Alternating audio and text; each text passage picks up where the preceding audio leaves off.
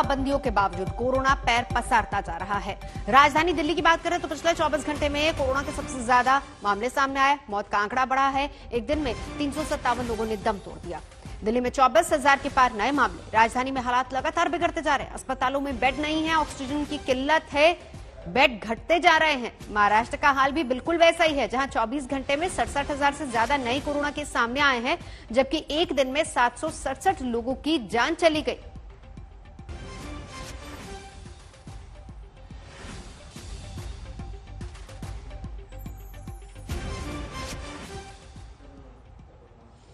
तो लगातार मामले बढ़ रहे हैं। इस बीच गौतम बुद्ध नगर के डीएम और सीएमओ ने नोएडा के कई अस्पतालों में जांच पड़ताल की और जिन अस्पतालों में डिस्चार्ज होने के बाद भी मरीज वहां पर पड़े हुए हैं, वहां से सभी को निकालकर बेड खाली करवाए गए और ऐसे में सभी अस्पतालों में करीब 200 बेड खाली करवाए गए हैं। मेरे सहयोगी अभिषेक आनंद की रिपोर्ट देखिए।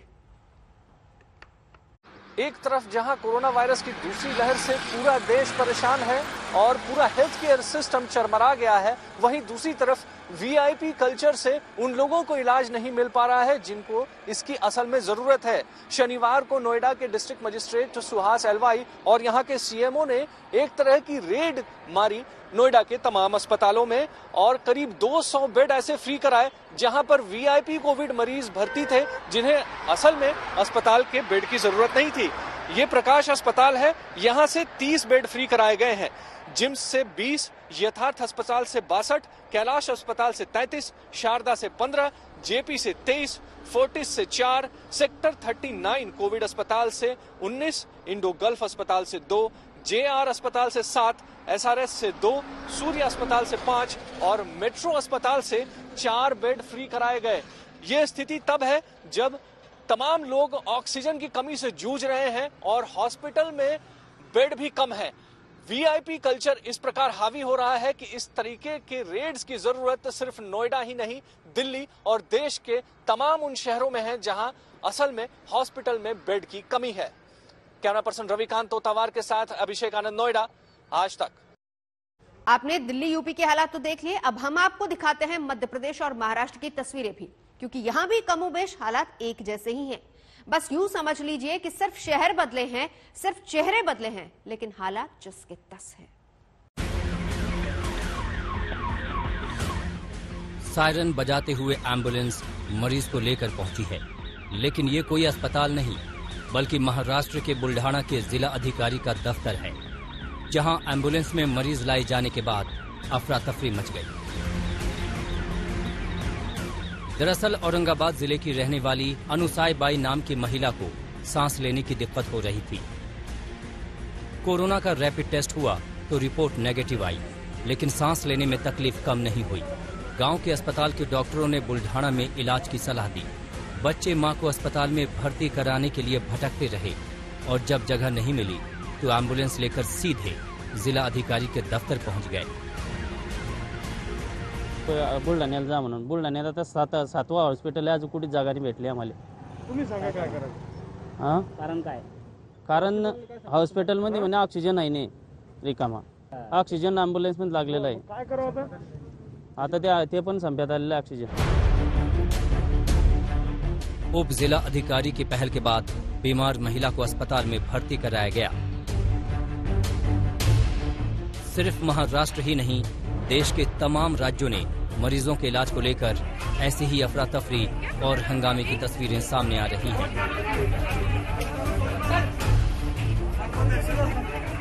मध्य प्रदेश के उज्जैन के कोविड सेंटर में मृतक के परिजन और पुलिस वालों की डॉक्टरों से भिड़ंत हो गई और मरीजों के इलाज के बिना कोविड वार्ड जंग के मैदान में तब्दील हो गया।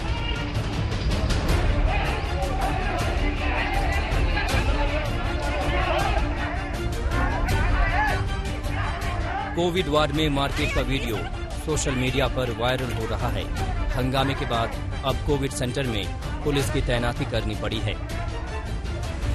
वहाँ पे एक डॉक्टर मौजूद थे जिनसे हमारी काफ़ी कहानी सुनी। हमने उनसे जवाब मांगा तो अपने हॉस्टल के करीब 80 से 100 लड़कों को लेके आके और मारपीट करने लगे। उनके पास जो भी सामान आ रहा था, हाथ में सरिया, डंडा, ईंट, पत्थर, उससे हमारे साथ मारपीट कंटिन्यू कर रहे थे वो लोग। पुलिस वालों के साथ भी मारपीट? हाँ, हमने वो पुलिस वालों ने हमारा बीच बचाव किया तो उन्होंने पुलिस वालों के साथ भी मारपीट की। जो प्रारंभिक जानकारी मिली है, जिसकी अभी पुष्टि नहीं हुई है, उसके मुताबिक वो स्ट्रेचर पे ब्लड देख के उनका और डॉक्टर्स का कुछ विवाद हुआ और उनकी आपस में गुत्थम गुत्था हुई।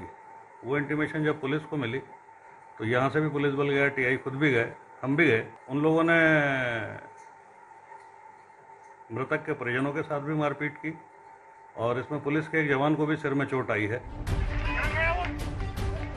कोरोना के दौर में इलाज के लिए मची ऐसी मारामारी बेहद चिंता बढ़ाने वाली है, क्योंकि हर दिन कोरोना मरीजों की संख्या बढ़ने के बाद इलाज को लेकर संकट भी बढ़ता जा रहा है।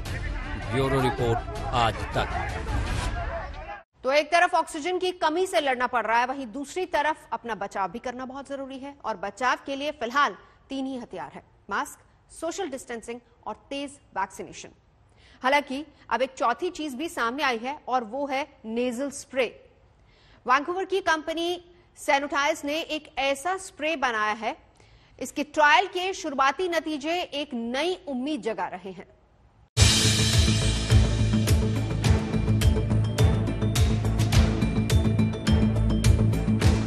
कोरोना वायरस के संक्रमण के खिलाफ ये नया इनोवेशन है। नाक में स्प्रे किया और वहां मौजूद वायरस खत्म। यूके के ट्रायल्स में कारगर साबित हुआ ये नेजल स्प्रे कोरोना की लहर को नियंत्रित करने में बड़ी भूमिका निभा सकता है। वैंकूवर की बायोटेक कंपनी सैनिटाइज ने इस नेजल स्प्रे को तैयार किया है।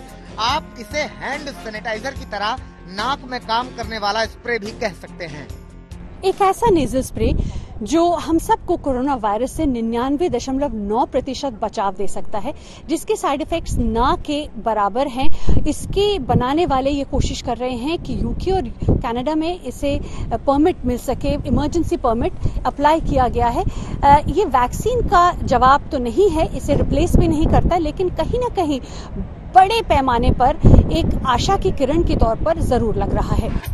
ये स्प्रे मरीजों को खुद ही अपनी नाक में करना होता है और ये कुछ सेकंड्स में नाक में ही वायरस को खत्म कर देता है। इससे ना तो वायरस पनप पाता है और ना ही फेफड़ों में जाकर नुकसान पहुंच पाता है। हम जानते हैं कि इन्फेक्शन नाक से शुरू होता है। नाक ही वो जगह है जहां से वायरस की एंट्री होती है और वो अपनी संख्या बढ़ाता जाता है। अगर हम वायरस को नाक में ही मार देंगे तो वो अंदर जाकर नुकसान नहीं पहुंचा पाएगा। मैं अक्सर बाहर जाती हूँ, लोगों से मिलती हूँ, पब्लिक ट्रांसपोर्ट का इस्तेमाल करती हूँ और जैसे ही उससे बाहर आती हूँ तो ये सुनिश्चित करती हूँ कि मैं सुरक्षित हूँ।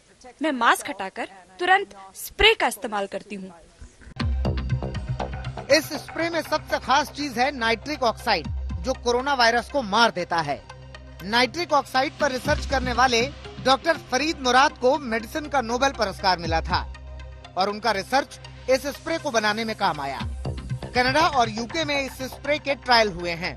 फेज 2 क्लिनिकल ट्रायल में इस नेजल स्प्रे ने 24 घंटे के अंदर वायरस की संख्या को 95% तक कम कर दिया और 72 घंटों में 99.9% तक। अच्छी बात यह है कि कोरोना के यूके वेरिएंट सहित अलग अलग वेरिएंट के खिलाफ भी ये कारगर है। इस स्प्रे के साइड इफेक्ट्स और इससे जुड़े दूसरे जरूरी सवाल हमने रॉब विल्सन से पूछे, जो इसके ट्रायल की देखरेख कर रहे हैं।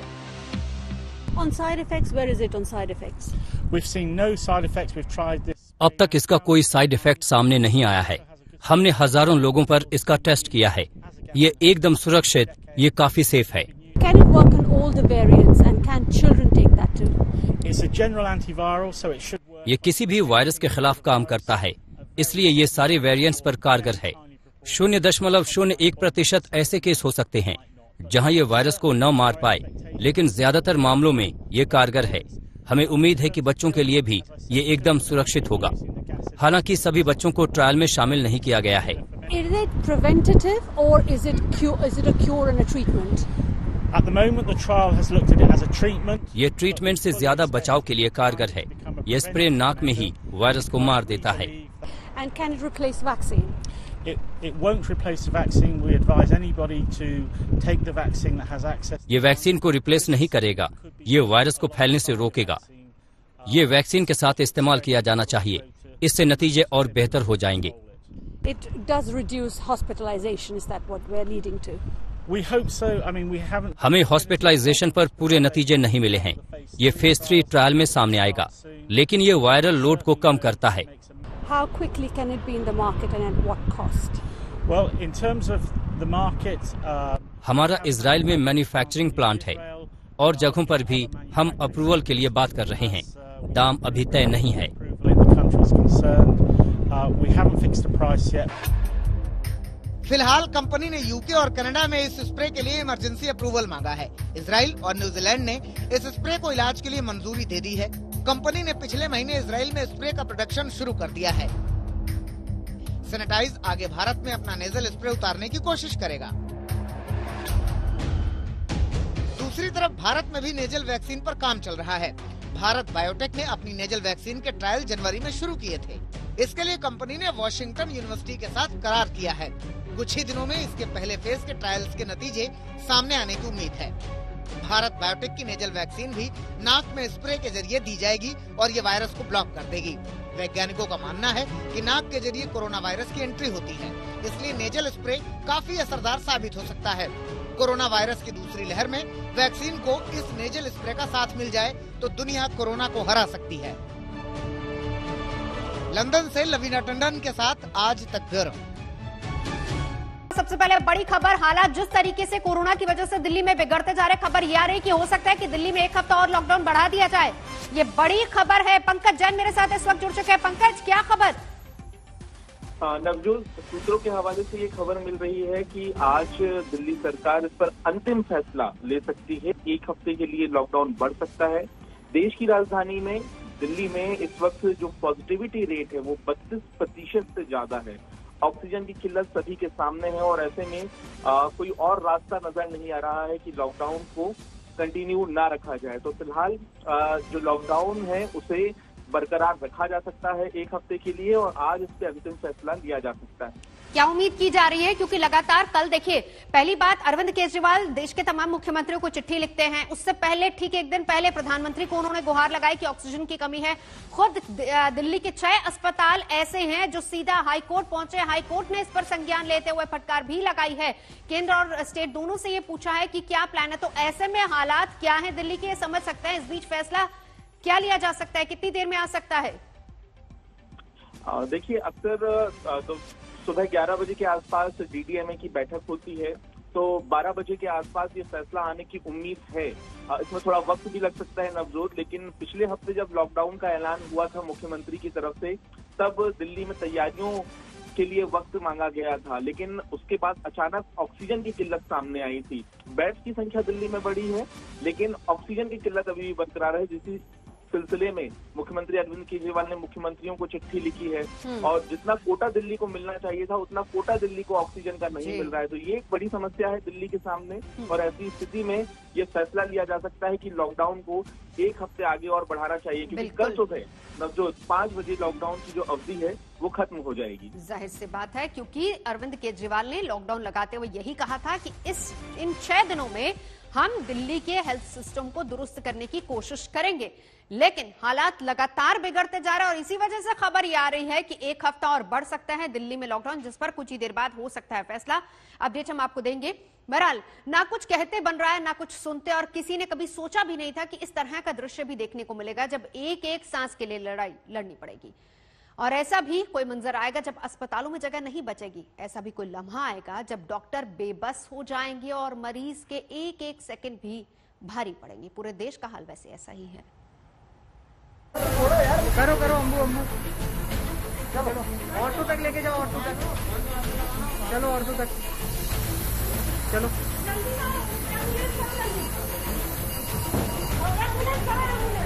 जल्दी। जब सांसें अटकती हैं और बात जिंदगी पर बनाती है तो कैसी अफरा तफरी का आलम होता है, वो इस तस्वीरों को देखकर समझिए।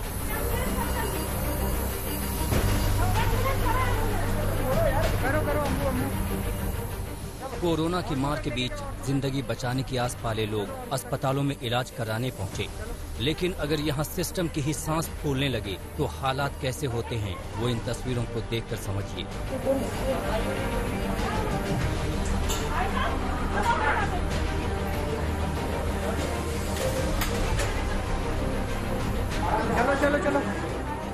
बेचैनी, बदहवासी और चीख पुकार की ये तस्वीरें मध्य प्रदेश के ग्वालियर के सबसे बड़े जय आरोग्य अस्पताल की हैं, जहां अचानक ऑक्सीजन खत्म हुई तो मरीजों की जान पर बनाई। ऑटो तक लेके जाओ, ऑटो तक। जिस वक्त ऑक्सीजन खत्म हुई उस वक्त 25 मरीजों का इलाज अस्पताल के मेडिसिन विभाग में चल रहा था। आनन फानन में इन सभी मरीजों को जूनियर डॉक्टर्स ने नर्सिंग स्टाफ की मदद से दूसरी बिल्डिंग में शिफ्ट किया। ऑटो तक लेके जाओ, ऑटो तक। चलो ऑटो तक, चलो।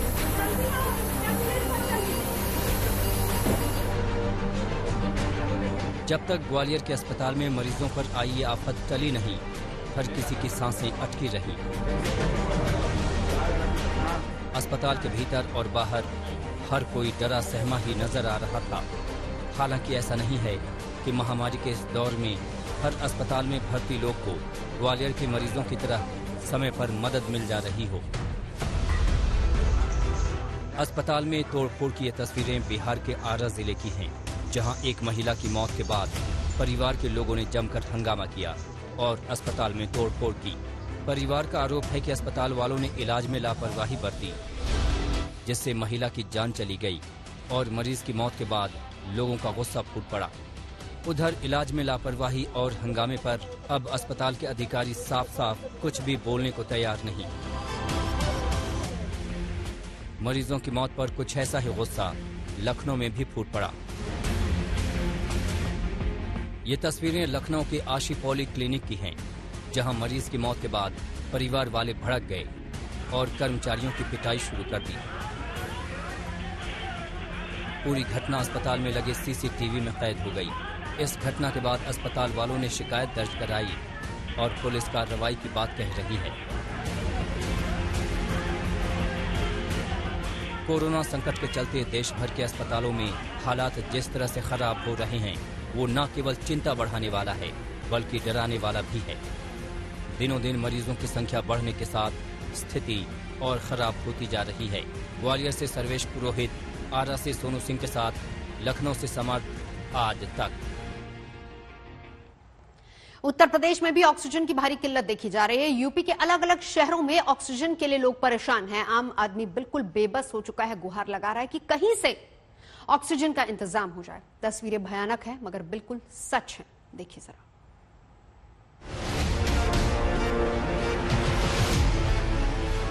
मेरा फादर एडमिट है और वो ऑक्सीजन की कमी हो रही है। टाइम में बता रहे हैं कि वो ऑक्सीजन खत्म हो रहा है। मार डाला 2-3 घंटे से मैं खड़ी नहीं है, नहीं दिया तो इन्होंने नहीं दिया। ऑक्सीजन खत्म है, वहाँ ले जाओ, जहाँ ना बता रहे हैं वहाँ जा रहे हैं। अब हम लोग को जहर पिलवा दीजिए साहब, हम लोग बहुत गरीब आदमी हैं साहब, हम लोग को यहाँ पर मरवा दिया पूरे प्रशासन से साहब। कोरोना के इस संकट काल में जिस ऑक्सीजन सिलेंडर पर मरीजों की सांसें टिकी हुई हैं, यूपी के तमाम शहरों में भी ऑक्सीजन के नाकाफी इंतजाम लोगों की जिंदगी पर भारी पड़ते जा रहे हैं। इस बद इंतजामी का शिकार परमवीर चक्र विजेता अब्दुल हमीद के परिवार को भी होना पड़ा है, जिनके बेटे ने ऑक्सीजन के अभाव में अस्पताल में दम तोड़ दिया। अब्दुल हमीद के बेटे अली हसन कोरोना पॉजिटिव पाए जाने के बाद 3 दिनों से कानपुर के हैलेट अस्पताल में भर्ती थे। परिवार वालों का आरोप है कि अस्पताल प्रशासन ने उन्हें जरूरत पर ऑक्सीजन मुहैया नहीं कराई, जिससे अब्दुल हमीद के बेटे की जान चली गई। उसको लेके चले जाते, लेकिन वो बोले कि ये सरकारी सामान है, हम दे नहीं सकते। हम लोग बोले भाई हम भी सरकार के आदमी हैं, हम भी सरकार के आदमी हैं, देश के लिए ही जान दी है दादा ने हमारे। उनके जो लड़के हैं उनके देश के लिए किया है सब कुछ। ऑर्डिनेंस फैक्ट्री में उन्होंने जॉब किया है, देश के लिए किया है। हम लोग भी सरकारी आदमी हैं, दे दीजिए इसको, जाके ऑक्सीजन लेके आ जाए हम लोग। लेकिन उन्होंने कुछ नहीं माना, कहा नहीं दे सकते, हम नहीं देंगे आपको, अब कोई भी हो। ऑक्सीजन को लेकर मारामारी और आपाधापी सिर्फ कानपुर के एक अस्पताल तक सीमित नहीं है। ऑक्सीजन सिलेंडर के लिए मरीजों के परिवार वाले जिस तरह दर बदर भटक रहे हैं, वो शहर के असल हाल को बयां करता है। ऑक्सीजन नहीं दे रहे हैं, बोल रहे हैं कि सिर्फ जो अस्पताल वाले उन्हीं को ऑक्सीजन देंगे, आम आदमी को ऑक्सीजन नहीं दी जाएगी। अस्पताल वाले कह रहे अपना सिलेंडर लेके आओ तो कर देंगे इलाज, सिलेंडर भी दे रहे हैं, कोई इलाज नहीं है। सरकार निकम्मी, हम लोग को क्या करा जाए भाई, हम लोग परेशान है, पब्लिक एकदम पागल हो पड़ी है। कहीं कोई मिल नहीं, कहीं कुछ रिजल्ट नहीं मिल रही। हालांकि कानपुर जिला प्रशासन ऑक्सीजन की कमी की बात को मानने को तैयार नहीं। कोविड-19 के ट्रीटमेंट में ऑक्सीजन सप्लाई की अहम भूमिका है, इसलिए कोविड एम्पैनल फैसिलिटीज में जो ऑक्सीजन डिमांड है और कोविड फैसिलिटीज के अलावा जो हॉस्पिटल से वहाँ पे ऑक्सीजन डिमांड है, उन सब को केटर करने के लिए, उन सब का ख्याल रखने के लिए जिला प्रशासन ने काफी व्यापक व्यवस्थाएं की हैं। कोरोना संकट के दौर में ऑक्सीजन की पर्याप्त सप्लाई का दावा यूपी के करीब हर जिले के अधिकारी कर रहे हैं, लेकिन ऐसे दावे करने वालों को खुद बीजेपी के सांसद कौशल किशोर का ये बयान सुनना चाहिए। मैं प्रशासन को अवगत कराना चाहता हूं कि लखनऊ में ऑक्सीजन की बड़ी किल्लत है। ऑक्सीजन की वजह से उनकी जान अगर जाएगी तो ये बहुत ही भयावह स्थिति है, बहुत ही खराब है और बहुत ही निंदनीय होगी। साफ है कोरोना से प्रदेश में हालात इस कदर खराब हो रहे हैं कि खुद अब बीजेपी के सांसद का दर्द छलक पड़ा है और वो ऑक्सीजन की सप्लाई सही न होने पर धरने पर बैठने की धमकी दे रहे हैं। इतने फोन हमारे पास आते हैं, सैकड़ों की संख्या में रोज फोन आ रहे हैं और लगातार बेचारे वो गिड़गिड़ाते रहते हैं, हाथ जोड़ते रहते हैं फोन पर कि हमको किसी तरीके से ऑक्सीजन उपलब्ध कराइए। मेरे सामने मजबूरी आ जाएगी और मजबूरी है, मजबूर होकर के मुझे धरने पर बैठ जाना पड़ेगा। मैं नहीं बैठना चाहता इसलिए कि अफरा तफरी का कोई माहौल न बन पाए। कोरोना मरीजों के इलाज के लिए ऑक्सीजन की मारामारी पूरे प्रदेश में मची हुई है। लोग ऑक्सीजन प्लांट के धक्के खा रहे हैं, लेकिन उन्हें ऑक्सीजन नहीं मिल पा रही है। भाई हालात सही नहीं, सिलेंडर लेने आया था, रात सिलेंडर रख के गया था 11 बजे, तो अब जाके मिला। जैसे रात उन्होंने बोला जिस टाइम भी हम आपका प्लांट हमारा चलेगा तो हम आपका सिलेंडर भर देंगे। पेशेंट तो देखो सारे सीरियस ही आ रहे हैं, जिसके नॉर्मली ऑक्सीजन लगी है वो तो ठीक है, अगर जिसके किसी को फास्ट लगी है तो कई बार ये दोनों सिलेंडर भी दिल्ली तक नहीं पहुंचा पा रहे हैं। ये स्थिति है। ऑक्सीजन है ही नहीं तो फिर कितनी जगह हुआ है आप? ये दूसरी जगह, तो अभी कहीं नहीं मिल रही है? नहीं, अब तीसरी जगह जा रहे हैं, कितने मिल जाएगी नहीं। परेशान लोगों के इस तरह भटकने की तस्वीरें सोशल मीडिया पर भी तैर रही हैं, लेकिन अधिकारी ज्यादातर तस्वीरों को सरकार की छवि खराब करने की साजिश बता रहे हैं। कुछ असामाजिक तत्वों द्वारा अफवाह तथा भ्रामक तथ्यों को सोशल मीडिया पर वायरल किया जा रहा है। ये भी देखने में आ रहा है कि एक ही तरह के मैसेज बार बार विभिन्न लोगों के द्वारा किए जा रहे हैं। ऐसा लग रहा है कि शासन की छवि को धूमिल करने का प्रयास किया जा रहा है। सरकार भले ही कुछ खबरों को साजिश बताकर स्थिति कंट्रोल में होने का दावा करे, लेकिन ऑक्सीजन की कमी को लेकर लोगों के परेशान होने की खबरें लगातार आ रही हैं। ऐसे में सवाल ये है कि कोरोना काल में लोगों पर आई ये मुश्किल आखिर कब कम होगी और ऑक्सीजन और इलाज का ये संकट कब खत्म होगा। कानपुर से संजय सिंह, लखनऊ से सत्यम मिश्रा के साथ आज तक ब्यूरो।